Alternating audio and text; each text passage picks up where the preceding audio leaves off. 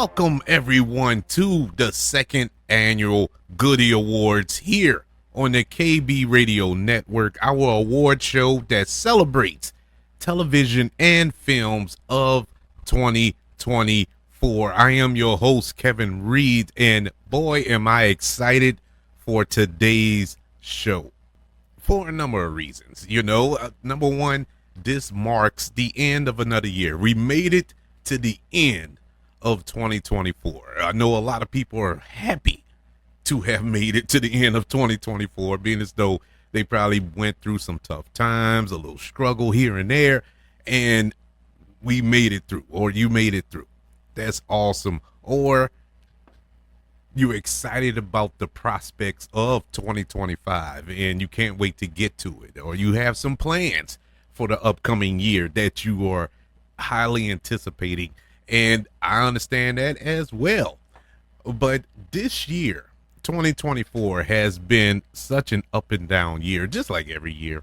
This seems like the normal speech of every single year. We've had our ups, we had our downs, and it's the same thing. And for everybody, I don't care if you're rich, poor, white, black, it doesn't matter. We've all gone through a little something throughout this year. But at least we've made it this far. Another day is another opportunity to do better from the last day. But that's neither here nor there. We're not here for the inspirational speech or daily affirmations. That's another show. Today we are excited and celebrating the second annual Goodie Awards. This is the award show that celebrates all of the films, well, not all, but the best of 2024, whether it's TV or film, and maybe the worst. We have a category today. We have 9 categories. I think I'm at 9 categories that we have for today's show, and I'm excited for this show because a lot of these categories were tough. I mean, head scratching to the core, to the point where I almost said, forget it. I'm not going to put myself through this torture this year. But the excitement of really narrowing it down, not only to the best, to pick just one, but it was hard to narrow it down into these categories. There was so much good quality to come out of 2024. There were also a lot of bad. That was easy. Actually, to be honest with you, our worst film of 2024, that was the hardest category, not to pick, but it was the hardest to kind of streamline it to a few. Because there were some horrible films, but we'll get to that. Our categories for this year's Goodie Awards goes as such. We have Best Animated Film, Biggest Story of the Year, Best TV Series of the Year, Breakout Star of the Year, Best Female Performance of the Year, Best Horror Film of the Year, Best Male Performance, Worst Movie of 2024, and the creme de la creme, Best Movie of the Year. I can't wait to get into these categories and talk about the winner. And just keep in mind, this is my list. The reason the Goodie Awards exist is because every year, everybody comes out with their top 10 lists of best and worst and all this here. And I wanted to do something different. I wanted to go against the grain. And so I decided to do the Goodie Awards. And I had so much fun doing it last year. I said, well, I'm going to make it a tradition. We're going to continue to do this until somebody tells me different. So as of right now, this is the format. And it is really, I like it this way because even though there's one winner per category, everybody nominated is truly worthy. They are that good whether it's the performances or the film itself, they were that good, or TV show.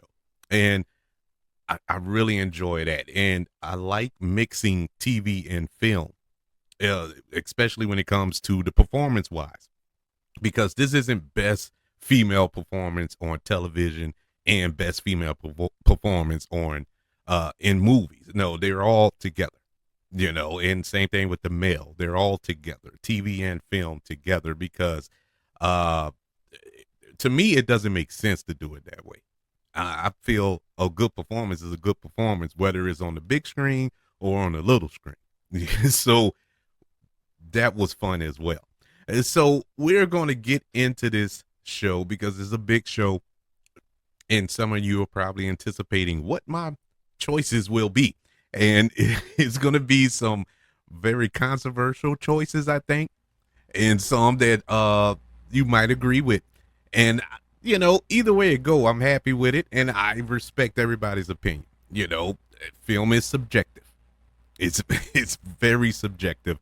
I've seen some top 10 lists already for this year, and I was like, what? Some of them I was super confused by.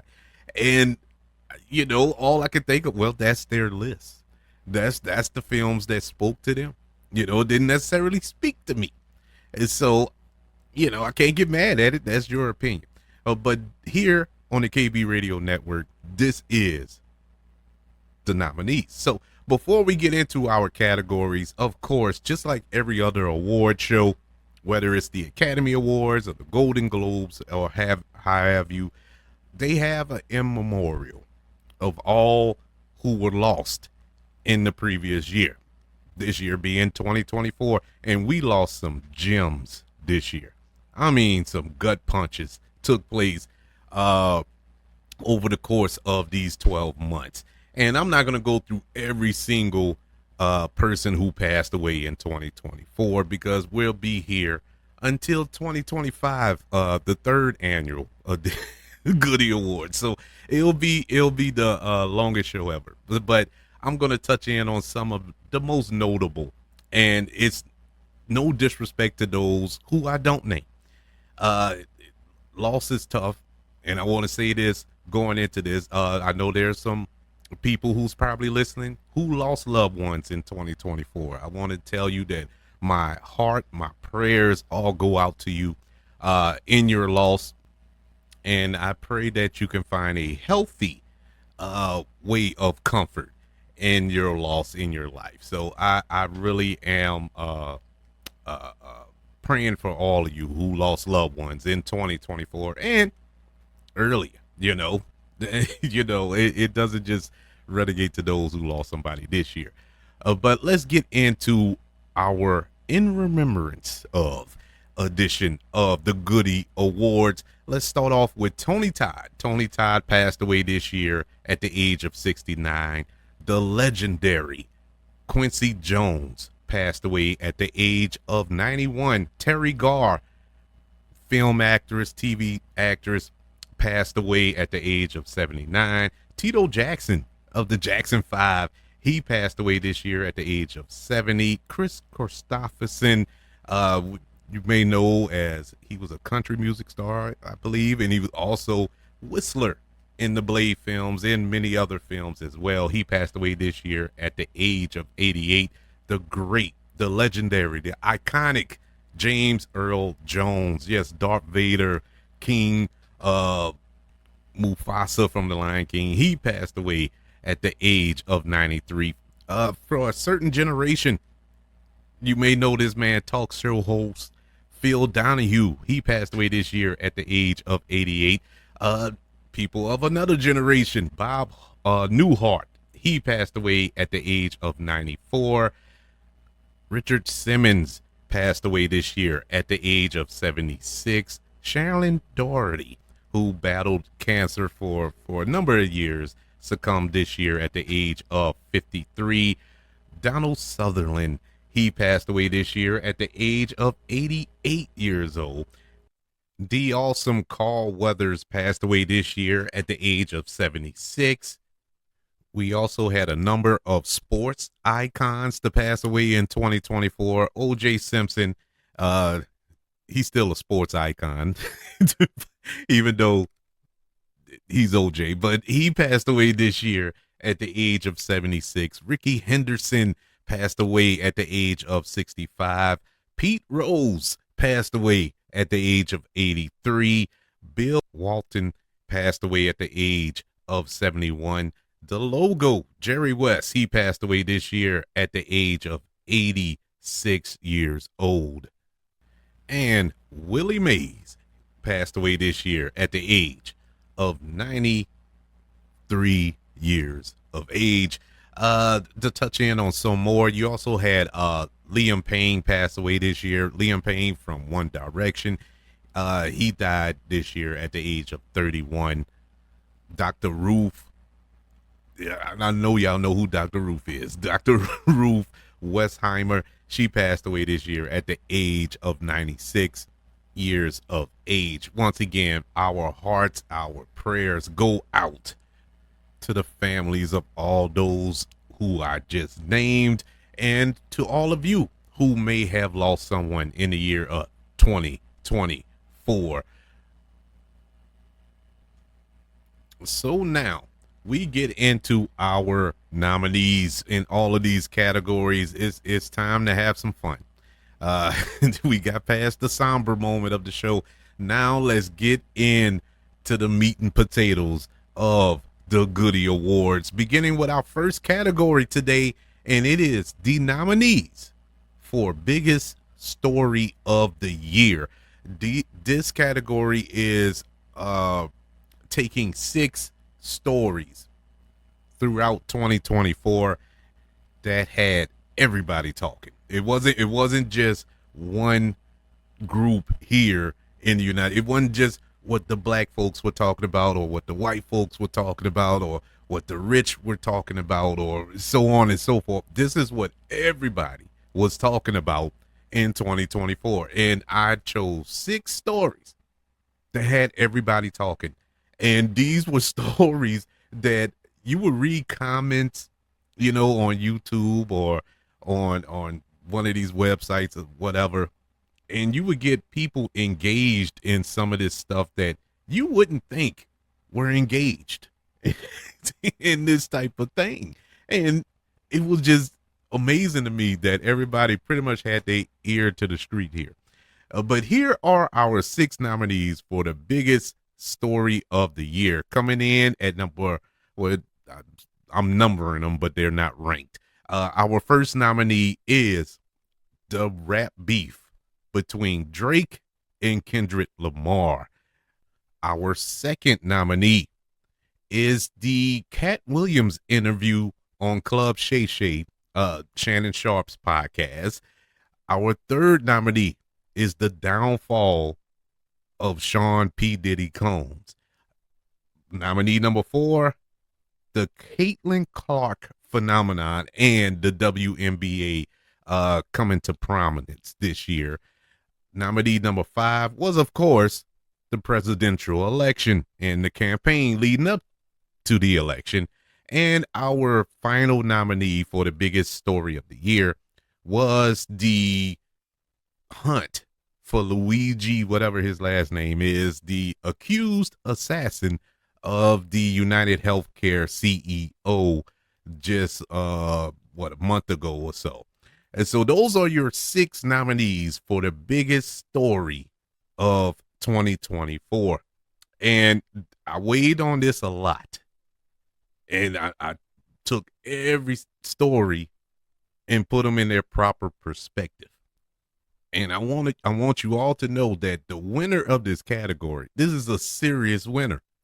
This is not a joke. This is a serious winner in my view.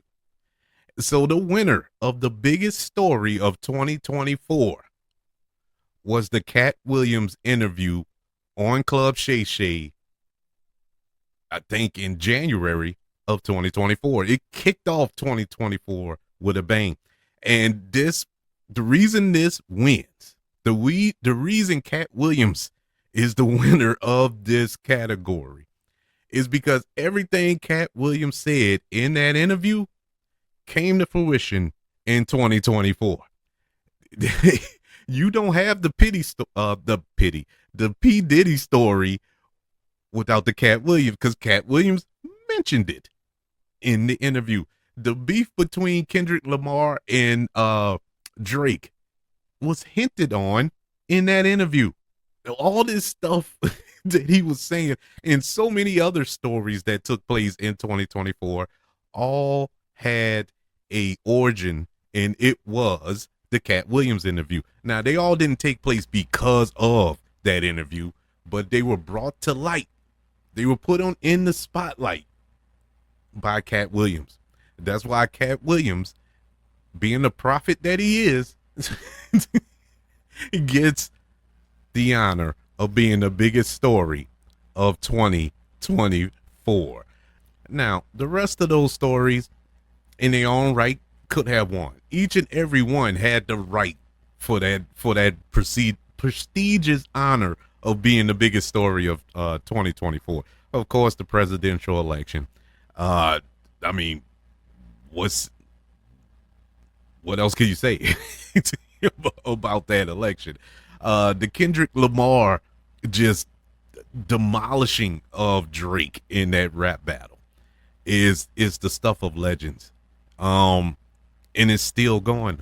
It's not even I don't even think he's gotten warmed up yet. That's the sad part of it all. The United Healthcare CEO being murdered in the street, that's something that's ongoing. That was part of the reason why I didn't give it the victory here, because I mean, it's not wrapped up. So I'm not 100% confident that all the facts have been laid out. I'll just put it that way. And the Caitlin Clark of it all, the WNBA of it all, that was really in contention. I'm gonna be honest with you, because who was watching the WNBA before this season? Not too many people. Let's be honest. I wasn't. I wasn't. But I can honest to God tell you that I started watching this year. And the reason I started watching, I wanted to see what all the brouhaha was about. And it really centered around Caitlin Clark. Whether you like her or not, the young lady know how to play basketball. She can work me on the court. I know that much. I'm not even gonna I'm not even gonna front. The girl is nice, and she held her own, up there, and brought attention to this league that was dying. This was a dying league, and she did bring attention to it. Her and everybody else, and while doing that, she gave respect where respect was due to the ones who came before her. So I actually respect Caitlin Clark. I don't see where all the hate come from. I don't like how the media and everybody else hype her up and never hyped anybody else up in that league, because you've had some amazing players come out in that league. To be 100% honest with you, Caitlin Clark ain't even the best player in that league. I think it's what's her name? Wilson, I believe that's her name. A beast. I think she can get on the NBA court and work them. She's that good. But it's a lot of them that can get in the NBA and play better than what the NBA players are playing. The NBA is a shell of itself right now. But the WNBA, those were some good games that I watched. And I think that they needed that jolt. So in any event, these were some amazing stories to come out of 2024. But ultimately, Cat Williams gets the award. Moving over to our next category of the night, and it is Best TV Series of 2024. This was tough. This was a tough category. These were 7 amazing shows that came out in 2024 that just, I have no issues with not one episode from either of these shows. They are virtually flawless in my eyes. And it was so hard to pick a winner, but I did come up with one. But here are the nominees for Best TV series of 2024. Baby Reindeer, Fallout, X-Men 97, The Penguin, True Detective Night Country, Shogun, and Mr. and Mrs. Smith. Man, this was a tough category to to whittle down to. I mean, some really, really good shows. I am so happy with all of the content that we got this year, and these are just 7 of what I considered the best. There were still some good shows that came out this year that you could make an argument should be on this list, and I wouldn't fight you on. But these are the 7 that I just ultimately just had to bow down to, and see, man, these here stick with me. They're not going anywhere, no time soon. But ultimately, it came down to rewatchability, how good the episodes were. Did each and every episode work? You know what I'm saying? Were there any filler episodes within these seasons of this show that you was kind of like, well, they could have kept that episode or anything like that? No, it came down to first episode to the final episode, through and through, whether you binged it or had to wait week to week in some cases. How did you watch it, and were you excited to watch it? Did you enjoy the time? Were you at the edge of your seat? And it came down to one. There can be only one, as Highlander would say. And the winner for the best TV series of 2024 goes to The Penguin. It is phenomenal. A phenomenal show. Every single aspect of that show was pitch perfect. Everything.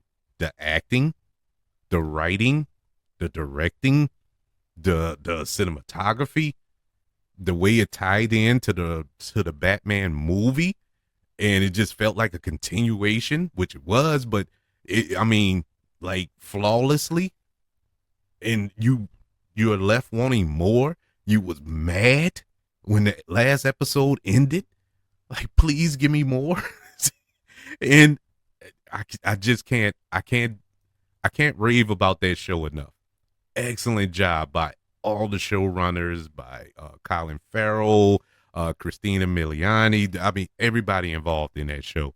They did an amazing job. The Penguin, best TV show of 2024. All the rest of these nominees, no reason to hang your head.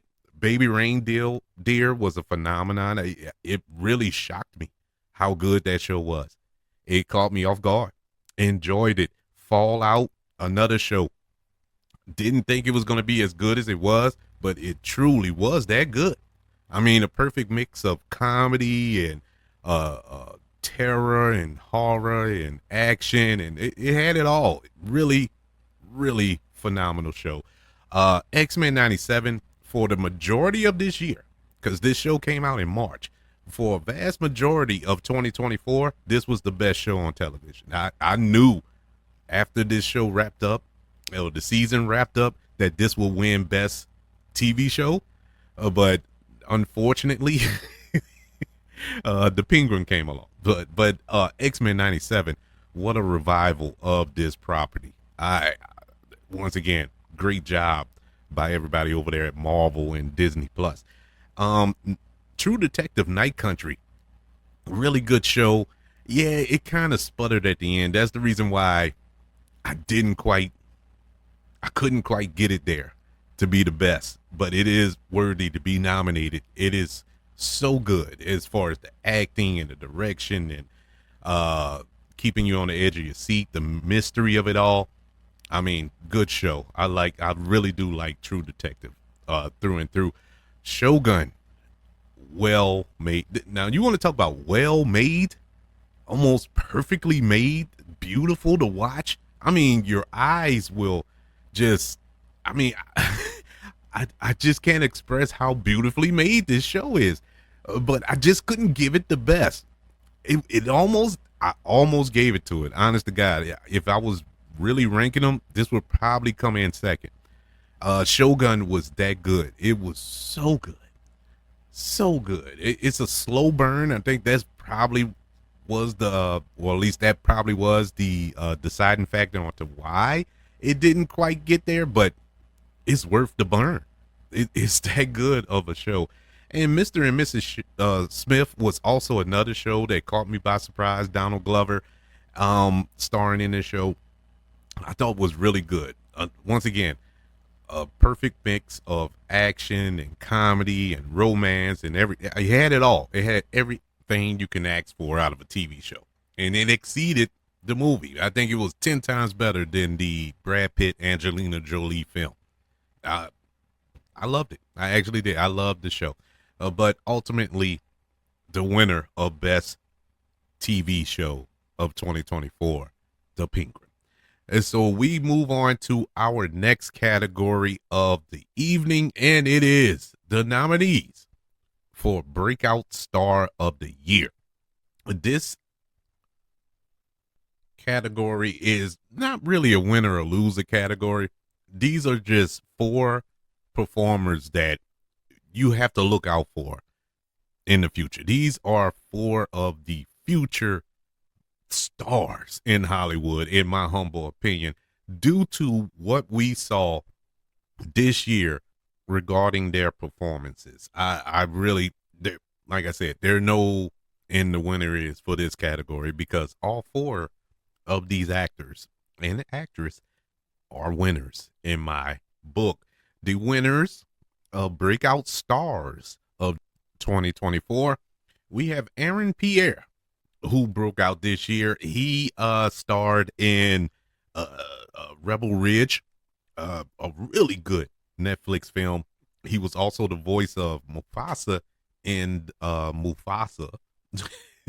And he was announced as Jon Stewart in the Green Lantern TV show this year. So he had a huge year, and I'm expecting a lot from him.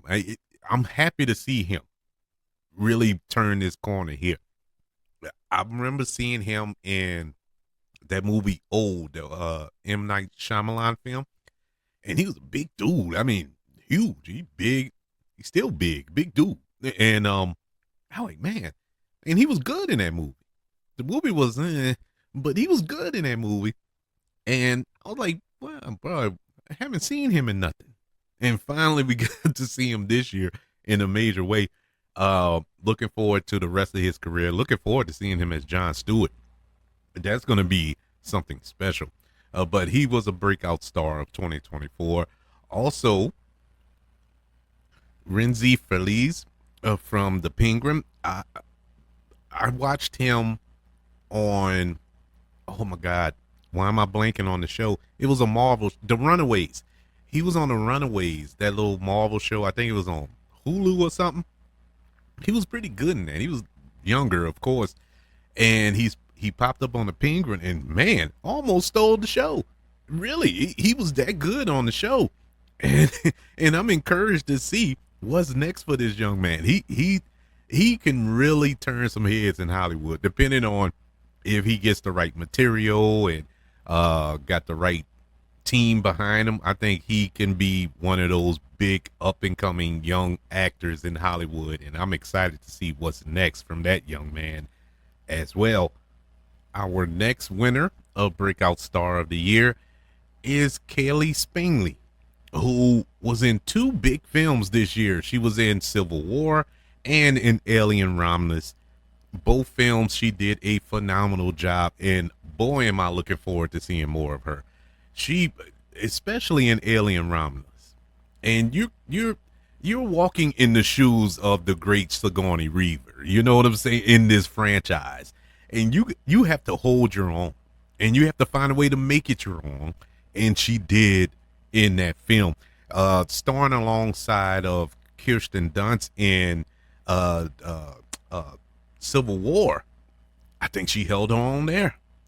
She held her own and stole the movie there as well. I mean, she was phenomenal, and I really love her performance in both of these films that came out in 2024. So there's not a doubt that she is a breakout star of this year. And her co-star is the final breakout star of 2024, and that is David Johnson, who she co-starred with in Alien Romulus.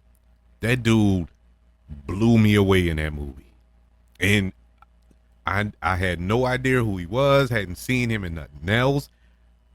Boy, was he good in that movie. Oh my God. I'm getting chills now thinking about it. I mean, this dude was phenomenal in this role in a little throwaway Alien sequel. But he killed it. He really did an awesome job. One of the best performances to come out of an Alien film ever, in my opinion. But I digress. Those are your winners as the breakout stars of 2024.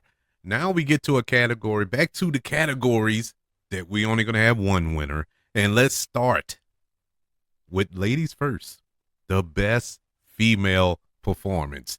And we have a wide range of performances here. None of these performances are alike. There are no carbon copies in this category, and I love it.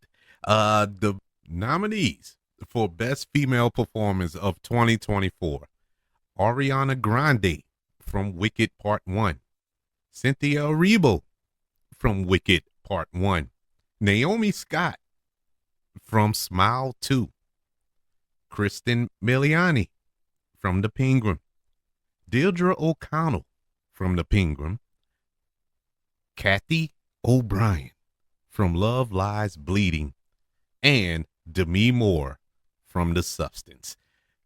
These were hands down the 7 best female performances of 2024. I am shocked by the Ariana Grande one. I had to start off. She was the first name I put on this list. She was the first one to come to mind in this category because I was so impressed with her performance in Wicked Part 1. Not to mention I was so impressed with that movie overall because I wasn't expecting nothing.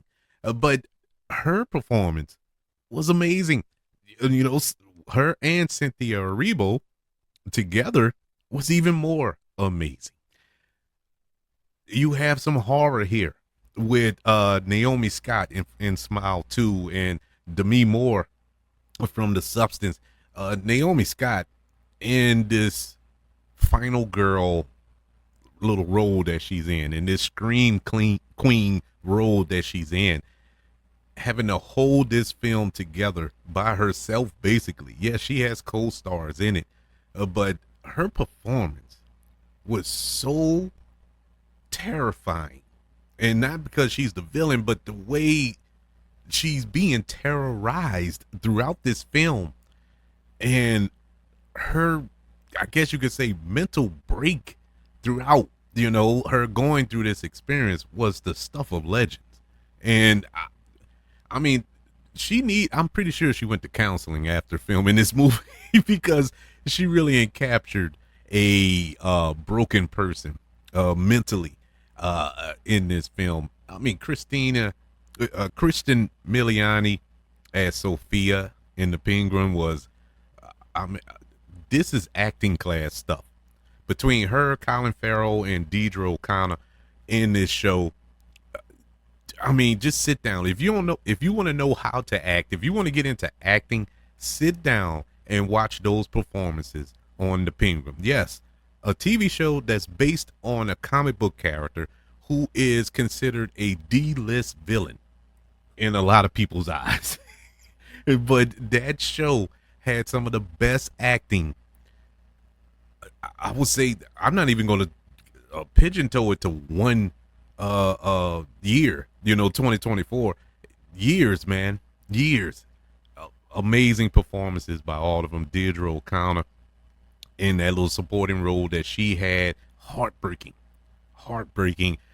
Kathy O'Brien in Love Lies Bleeding, a film that the film is all right. It's nothing to write home and tell mama about, but her performance was phenomenal.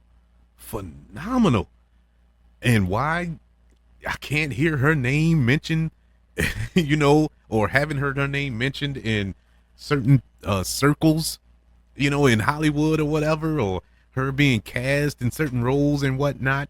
I have no idea why, because she proved that she can act. I've seen her in things before. I've seen her on Star Wars shows. She was in Twisters. She was in a few films. But this role here is what you would consider career defining. And speaking of career defining, Demi Moore and The Substance, she was so good.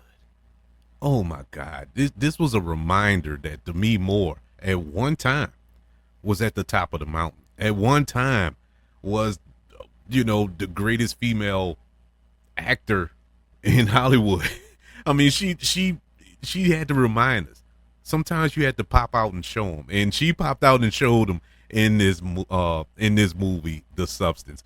I like I said, all of these performances were amazing, were just simply phenomenal, and it's hard to pick one, but one got picked nonetheless. The winner of Best Female Performance of 2024 goes to Kristen Miliani as Sophia Falcone in The Penguin. There's there's not a performance, even though I made a case for each and every one of them. There's not a performance that took you on a complete roller coaster ride of emotion like Sophia Falcone did on that show. And Christina Miliani brought you there and told you to scrap in for this ride because we're about to go on a ride. And it was amazing. It was terrifying. It was funny. It was heartbreaking. It was emotional. I mean, everything came out of this woman. I don't know how she did it. I honest to God don't know how she did this.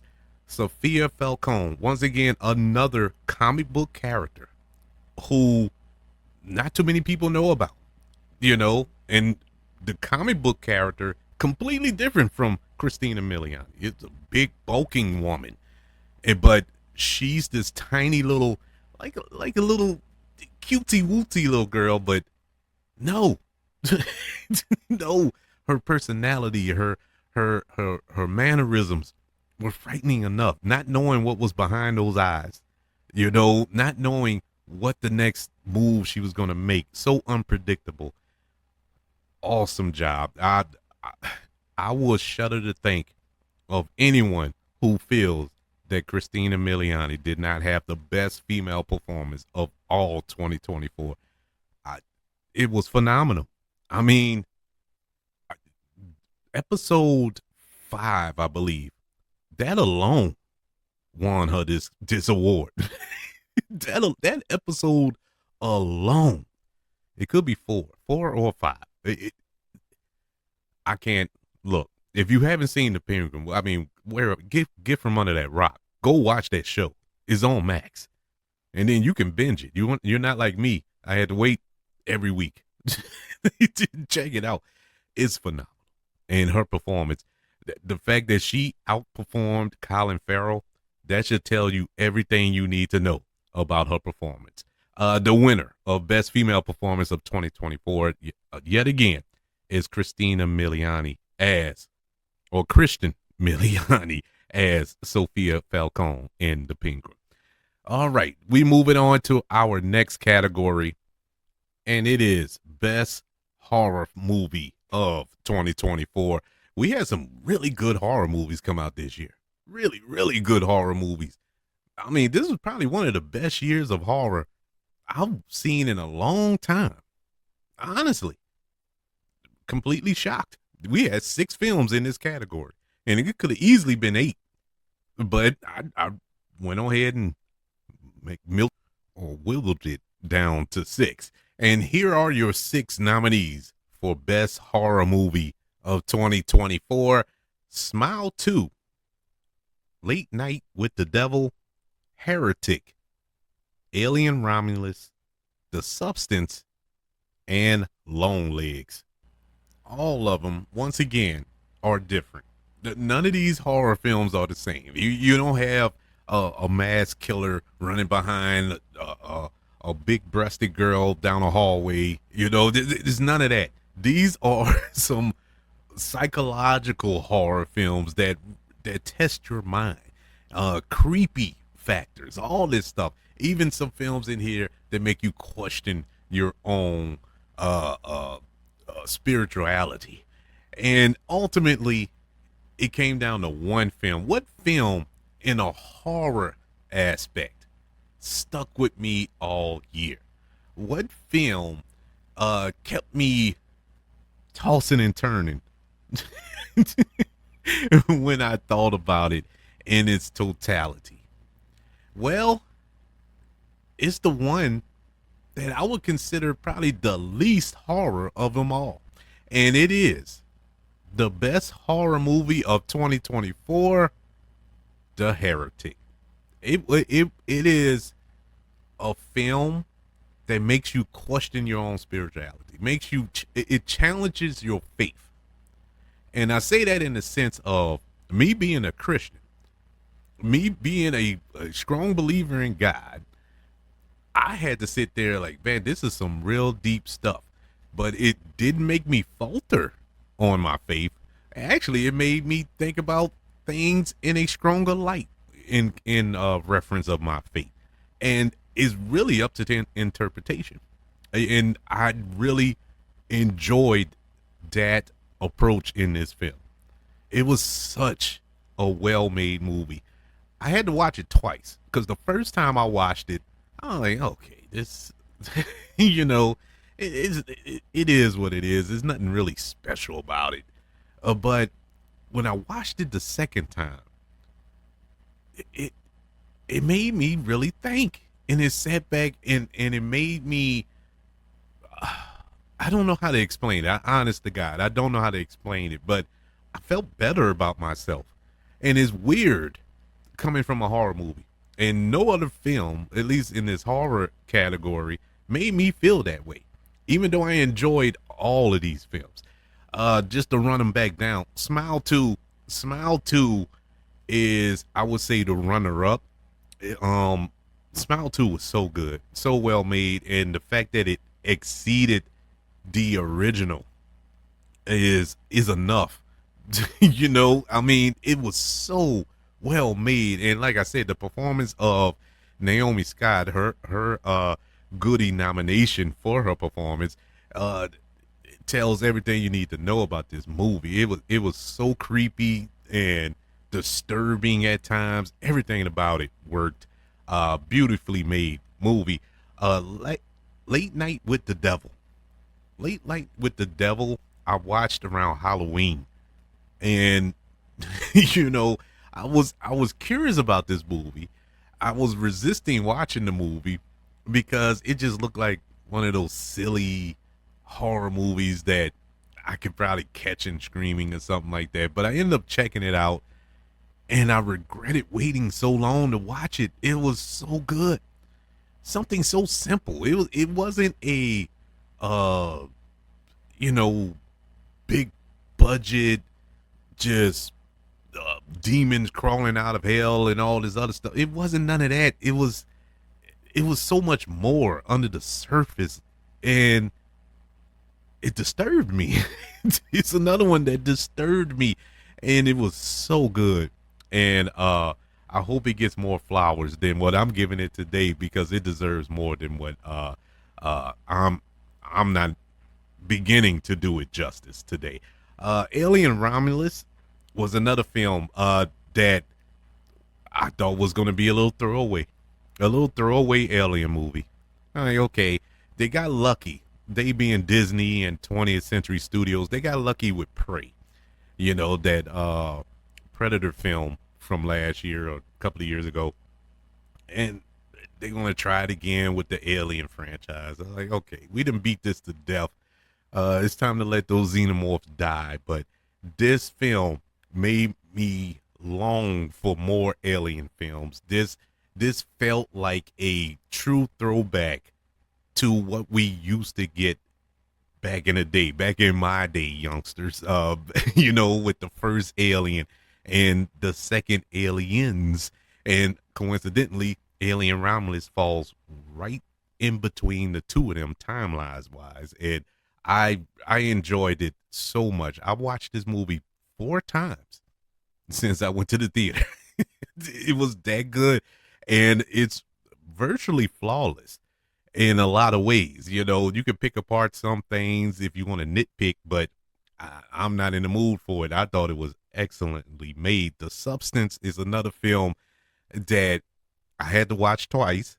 You know, the first time I was like, okay, that's different. You know, that's an interesting choice that they made here. But I I enjoyed the performances so much from Demi Moore and Margaret Qualley. I I I can't deny that this movie has a lot of substance to it. No pun intended. It's just so good. It is so good, and the messaging behind it, it isn't hidden. You know, it's right there in front of you. I guess that's where a lot of people kind of were thrown off by it because it's no, you know, cerebral muscles being flexed here. But hey, I appreciated it. You know, the dumb part of me, which is a vast majority of me, I appreciate it because I didn't have to think so much. But it was so good to watch the performances, and if you're into that body horror, that David Cronenberg type stuff, this is for you. It's disgusting. I mean, disgusting. And Long Legs. Long Legs was another one. Long Legs is a movie that if you watch it twice, hey, if you watch it 3 times, you you'll pick up on some stuff that will blow your mind, and it'll make the movie just that much better. And that's how it was for me. Every viewing, I enjoy it even more. I think I watched this 3 times, maybe 4. But it just gets better every time I watch it. And you know, Nicolas Cage performance in this film as Longlegs, as brief as it is one of his most disturbing performances. And we're talking Nick Cage. That's saying a lot. But ultimately, the movie that made me tick, the movie that just I enjoyed through and through each and every time from first viewing on to our second and third viewing is The Heretic. And the performance by Hugh Grant and Chloe East and Sophie Thatcher. Psh, great, great. It's just the three of them. It's just those three actors. It beautifully made. And so the winner of the best horror film of 2024, The Heretic. That moves us to our next category of the night, and it is Best Animated Film of 2024. I have 4 films here that are vying for the coveted goodie, and all 4 are great. All 4 are great. You know, animation is it's just a toy box that every kid loves to play in. I don't care if you're big or small, you love animation. You know, you bring your kids to it. Even if you don't have kids, you go to it anyway because you just love animation. Everybody loves animation. And these 4 films, I believe, were the 4 best animated movies of the year. The nominees are the Wild Robot, if I can get it out right. The Wild Robot is our first nominee. Ultraman Rising, Transformers 1, and Inside Out 2. 4 exceptionally well done animated films, but there can be only one. And the winner of Best Animated Film of 2024 goes to Inside Out 2. Pixar done it again. Pixar did it again. This movie had me blubbering all over myself. sitting there thinking about the stuff that the stuff that I'm dealing with now, not just as a teenager, but deal with now when anxiety sets in and all of these different emotions, and it's just, how did they do this?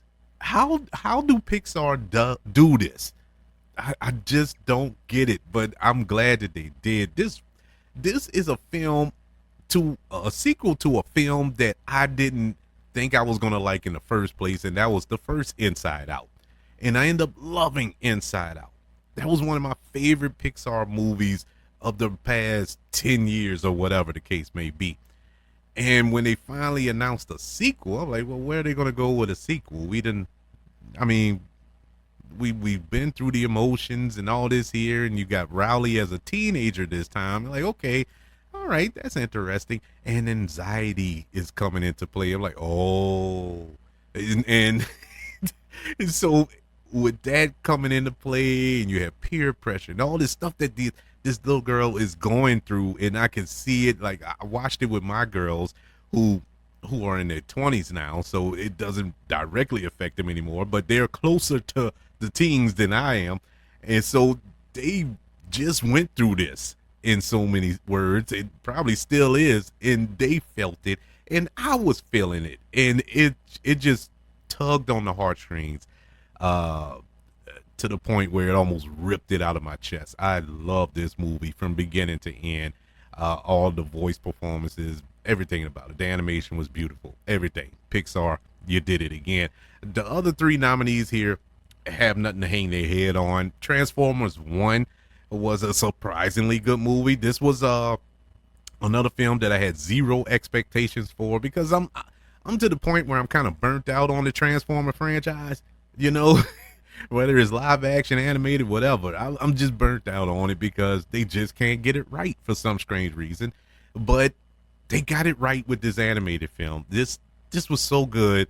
I thought it was gonna crash and burn. Well, it didn't do too well at the box office, but I mean crash and burn as far as the quality. But this was really good quality. I love the story. I love the action. The animation was really good. I enjoyed this.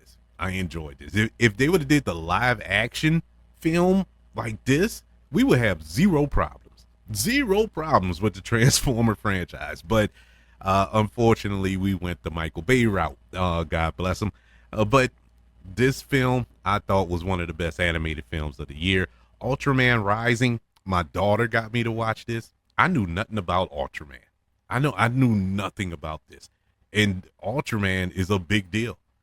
I feel so dumb because when I went and did research on Ultraman after I watched this movie, I'm like, wait, there's a plethora of Ultraman content out there, and I have never heard of it. But this movie was so good, and it came out on Father's Day weekend on Netflix, and watched it, and I was like, wow, this is so fitting to come out on Father's Day weekend. And it worked, and I watched it with my girls nonetheless. So it all worked out perfectly in that sense, at least at my house. But I thought it was a really good movie, really good. Another one that I've watched a couple of times and enjoyed it on both viewings. The Wild Robot. Why am I struggling to get that out? The Wild Robot. It was a surprisingly good movie. Zero expectations. Why would I want to sit down and watch a movie about a robot who is raising a baby goose? But for some strange reason, they found the way to make that one of the most interesting movies of the year. I mean, flat out movies, not just animated movies, period. And it was flawless. I love this movie. Loved it. Another one, I got emotional in this movie. Didn't too much care for the end. Well, let me rephrase that. The ending was fine. I just wanted more out the ending. And that's why it didn't win.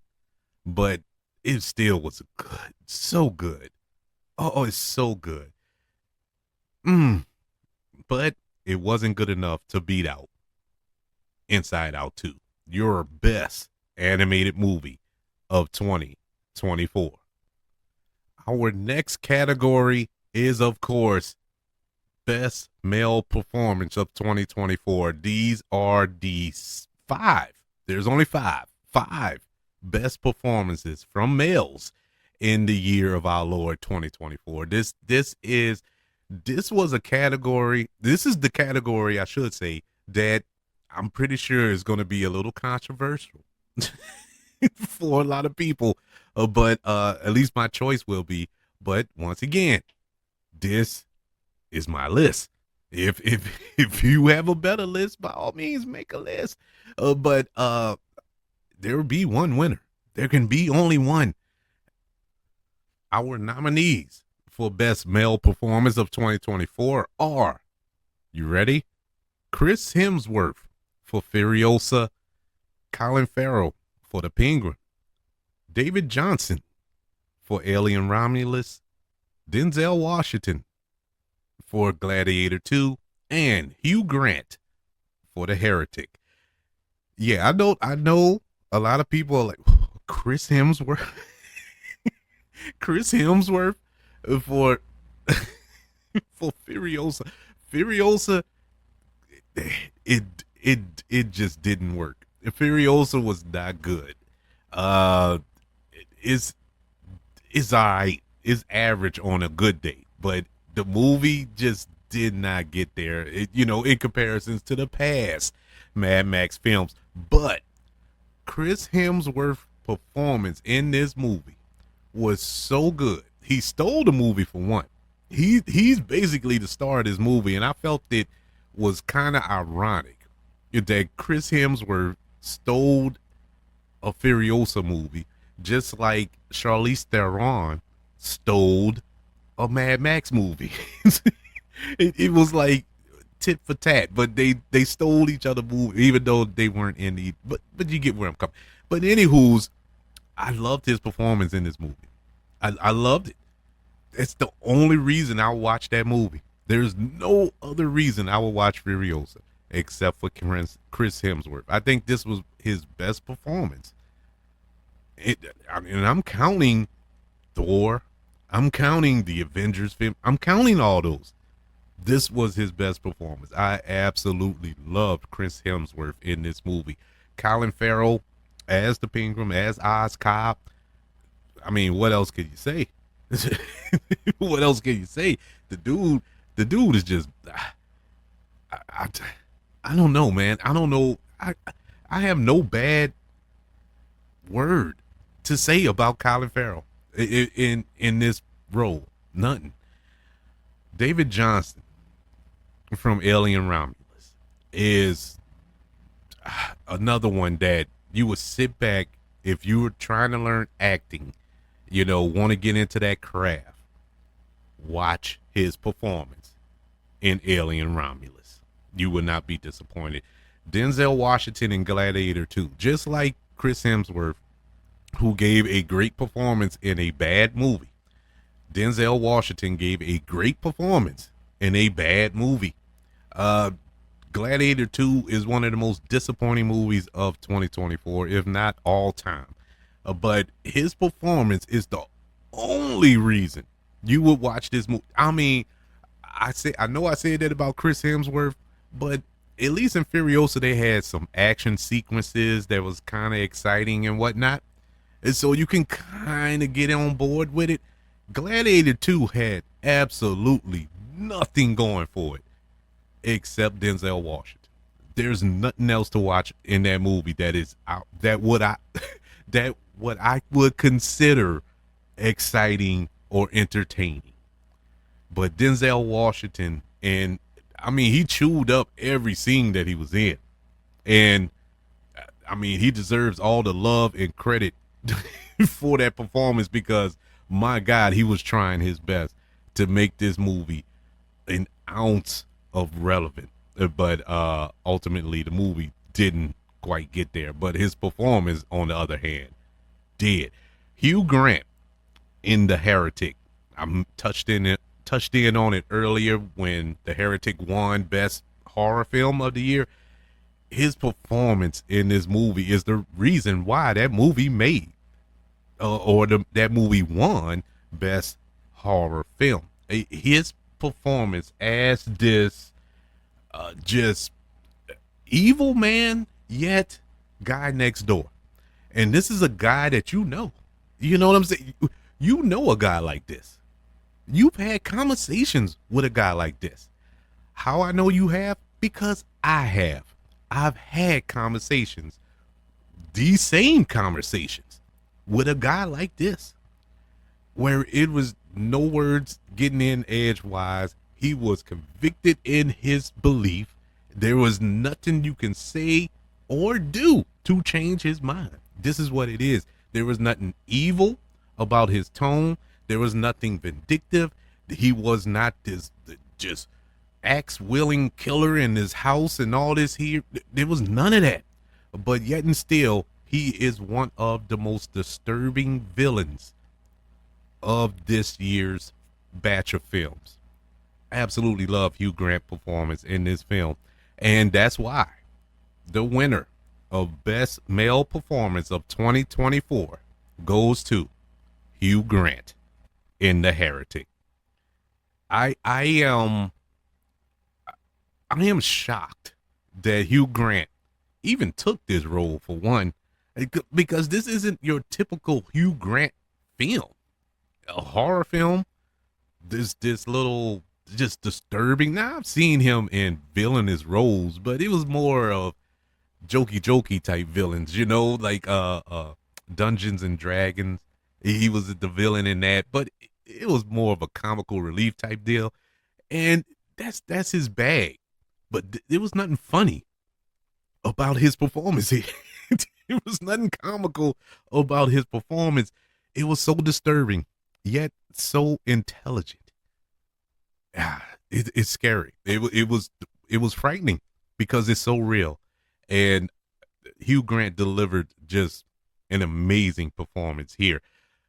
Best Male Performance of 2024, Hugh Grant for The Heretic.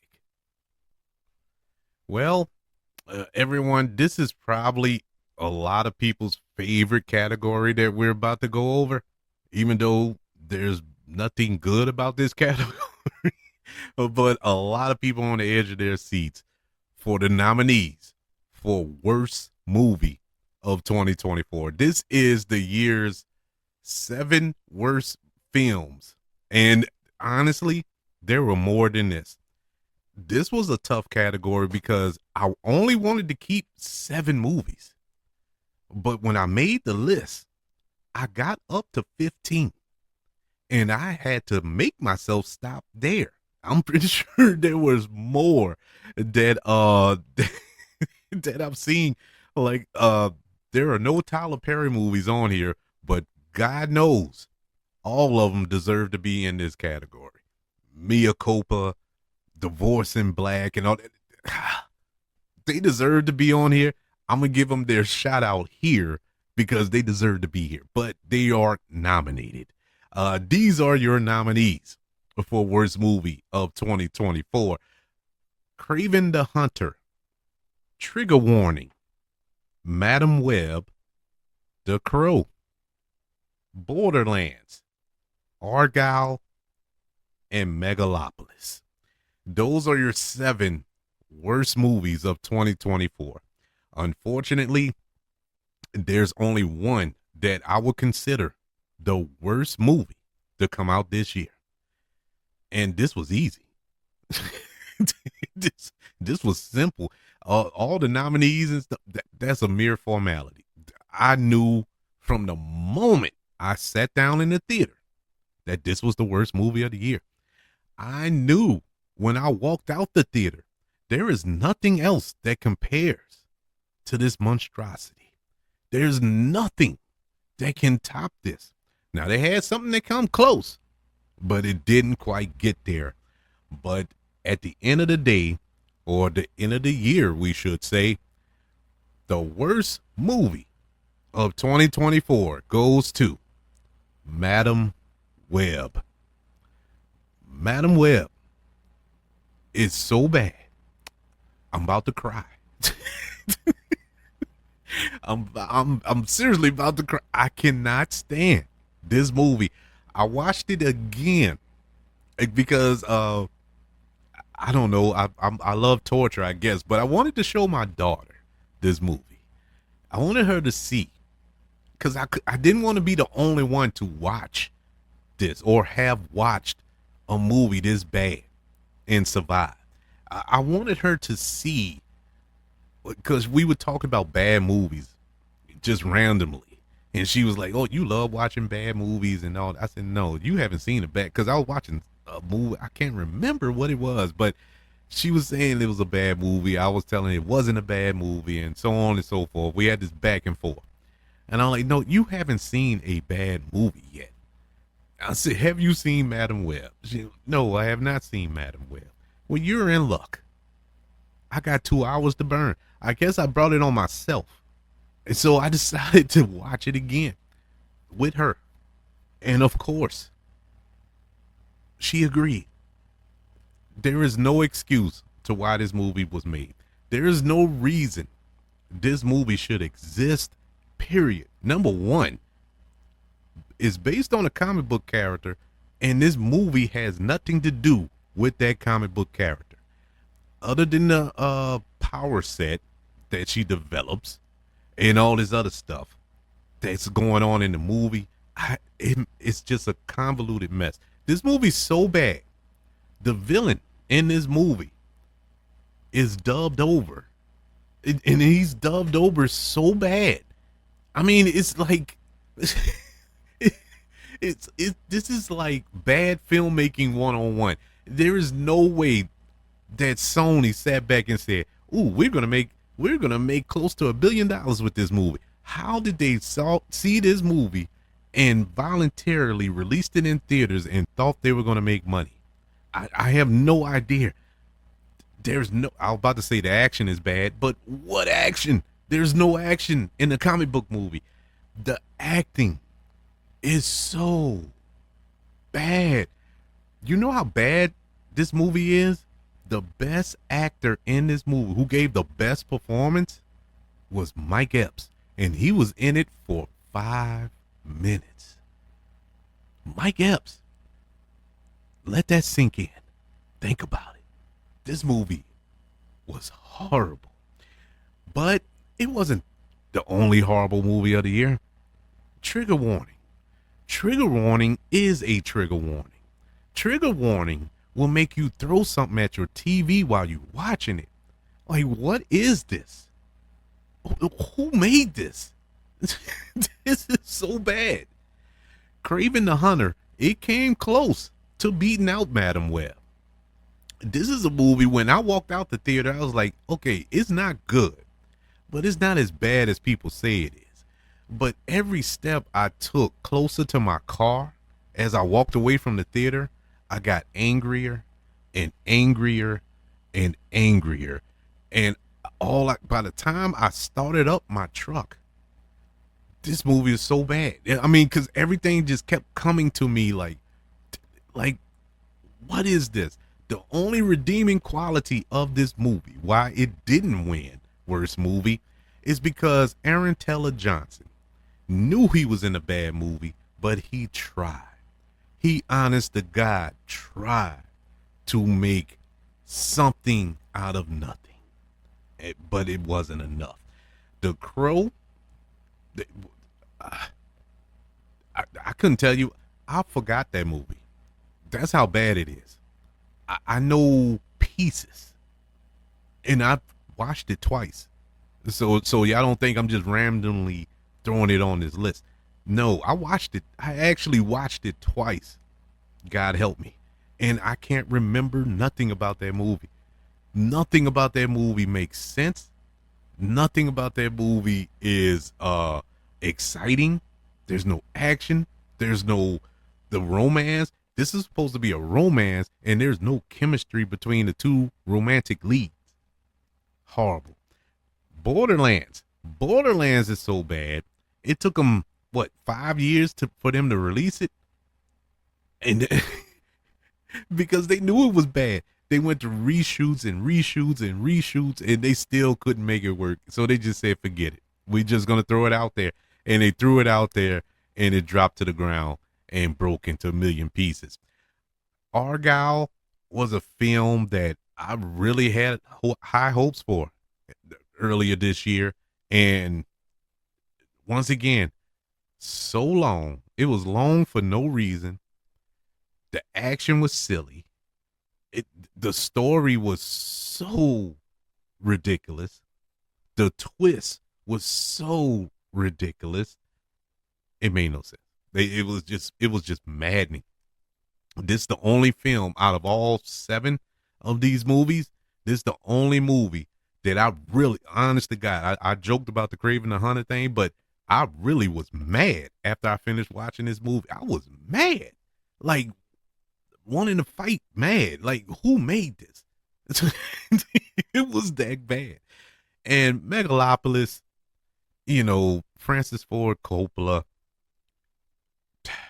It's hard to believe that the man that gave us The Godfather, Apocalypse Now, Bram Stoker's Dracula, would give us something like this. It's amazing, man. I didn't think it was possible, but hey, he did it. He pulled it off. Horrible movie.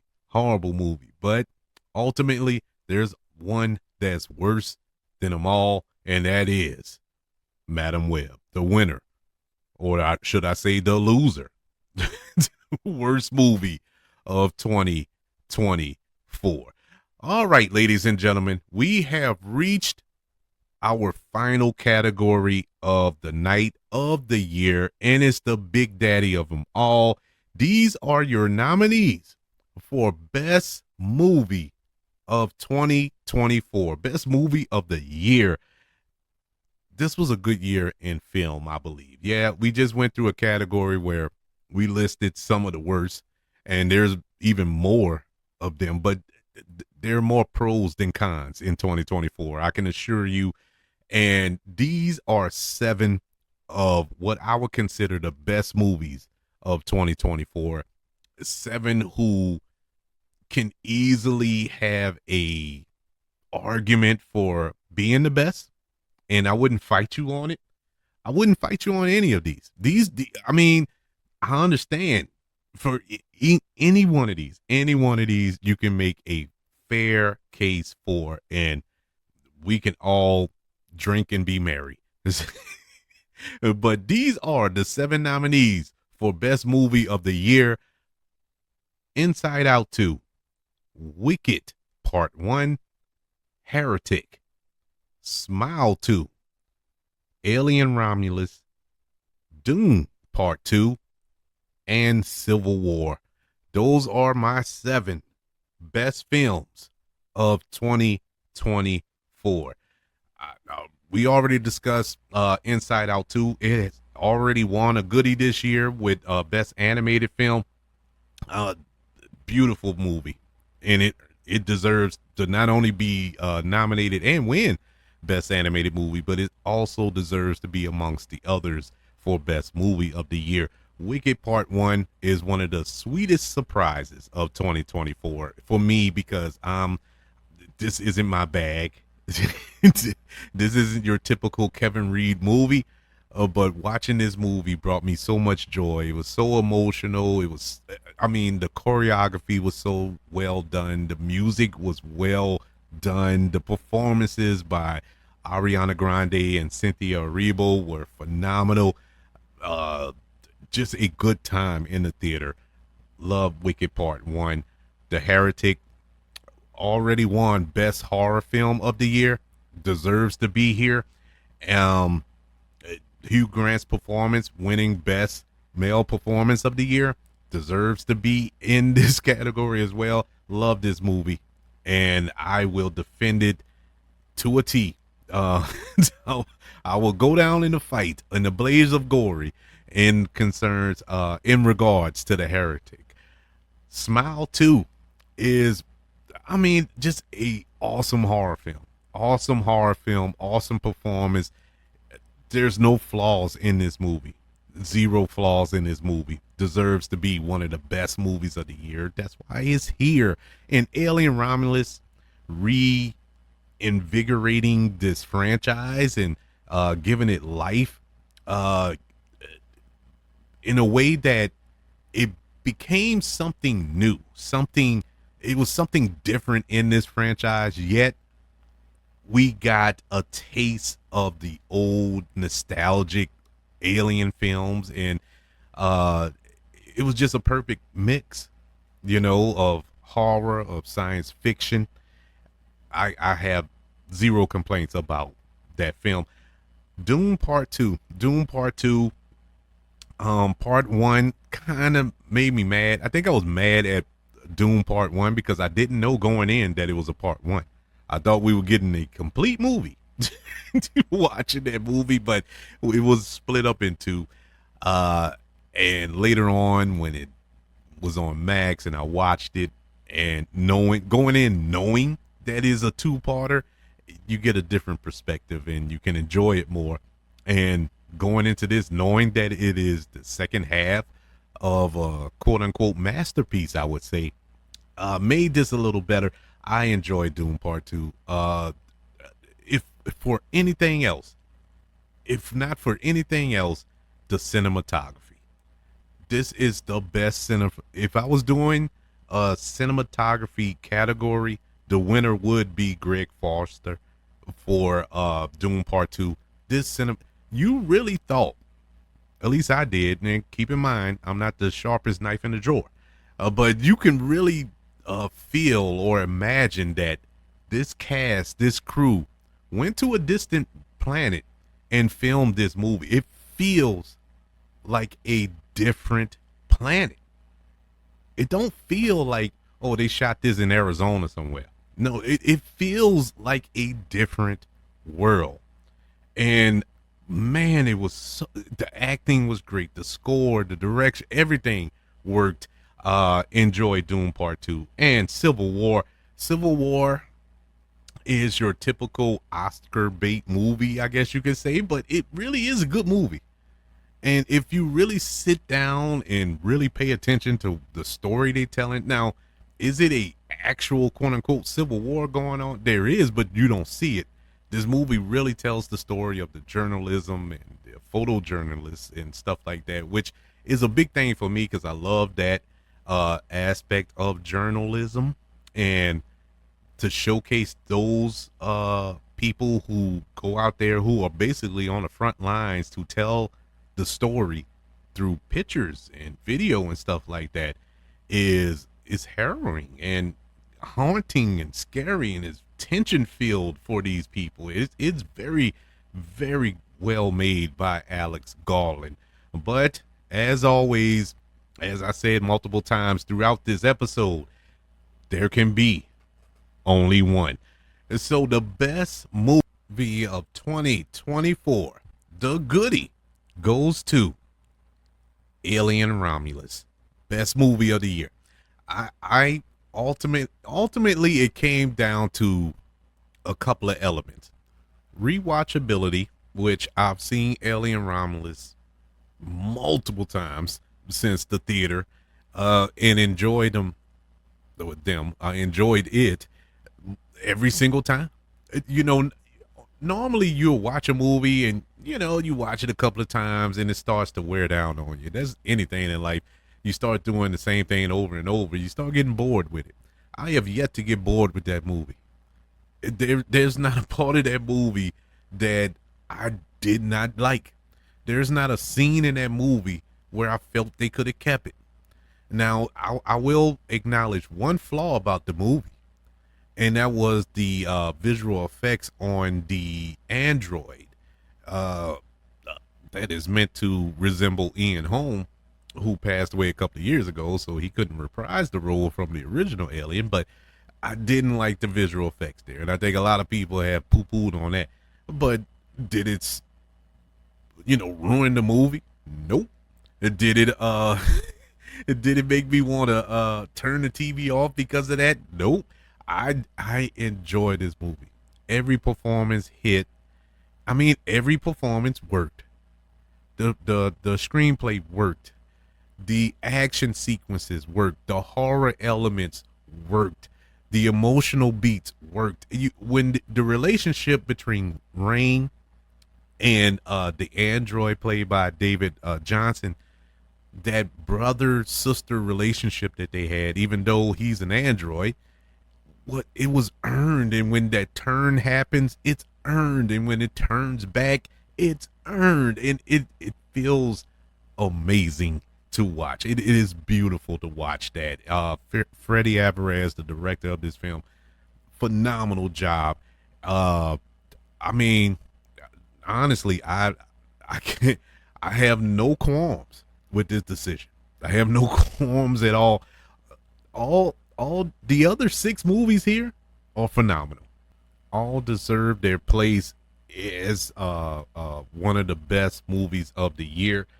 But it can come down to one, and in my humble opinion, that one is Alien Romulus, the winner of the Goodie for best movie of the year. So that is our second annual Goodie Awards. I would like to know, ladies and gentlemen, of all these categories, what was your pick for the best or even the worst of the year? Or is it a different film? Man, I'd love to know your picks for this year in 2024. Maybe it's a movie I missed. Maybe it's a movie I didn't see. I know a lot of people going to ask, like, where's Deadpool and Wolverine? I love Deadpool and Wolverine, but it didn't fit. It didn't quite get there. There are a lot of movies that I really did love and enjoy that just didn't get there. But they are awesome in their own right. But it all came down to these. They wouldn't have beat Alien Romulus anyway. So, nah. But I would love to know your choices. Email the show, kbradiopodcast@gmail.com. You can also search for this show on all social media platforms. Just search for the KB Radio Network. Everybody, don't forget about YouTube. Subscribe and like this video. Pretty, please.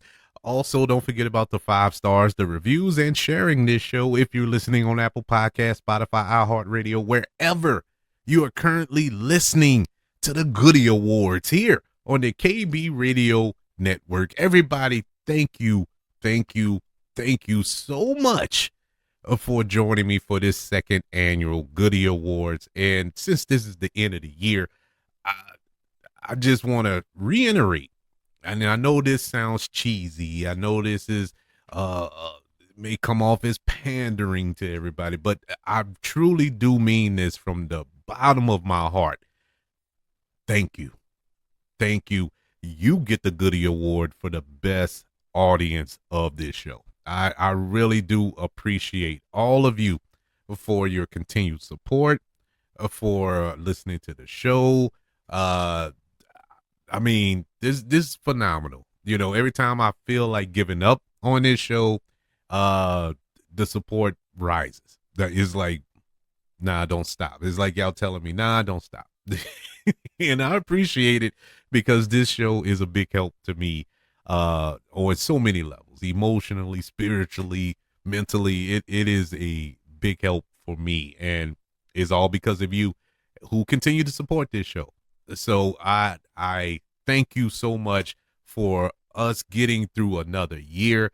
2025, God spare, will be even bigger and better than 2024. I hope and pray that everything comes y'all way. You know, that y'all are more prosperous in 2025 than you were this year. That you get everything you want, and, well, more importantly, everything you need, and some of the things you want. Let's put it that way. But thank you for your constant support here on the KB Radio Network. As always, we have a lot of content here on the show. We have the Dome Patrol for all of you Saints fans. We have the Dome Patrol podcast. We have the concession stand where you can go back and listen to all of my reviews of all of these films. I'm pretty sure I reviewed each and every one of these films that we talked about today. So go check them out if you don't mind. That way you can get a better feel on how I feel about these movies. Everybody, thank you for joining me. Have a happy and safe new year. I will see you in 2025, God spare. I want you all to know that I love you. Continue to love everyone. And until we speak again, you all be blessed.